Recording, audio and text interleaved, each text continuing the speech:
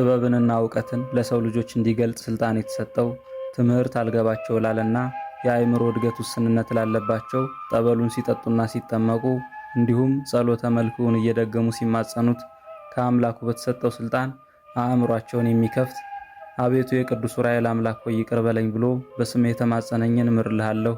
የጽድቅ ሥራ የሚሰራበትን ዕድሜንም ጨምሬ እሰጠዋለሁ።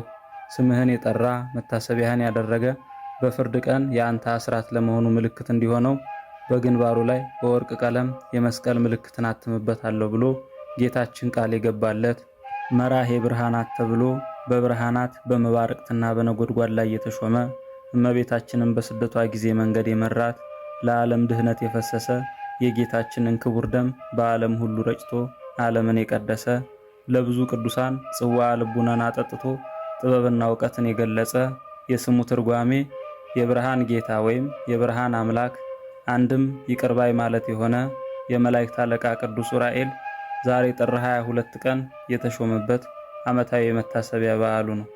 ለእግዚአብሔር ምስጋና ይሁን። እኛንም የሊቀ መላእክት ቅዱስ ዑራኤል ጥበቃው አይለየን፣ በጸሎቱ ይማረን ይቆየን።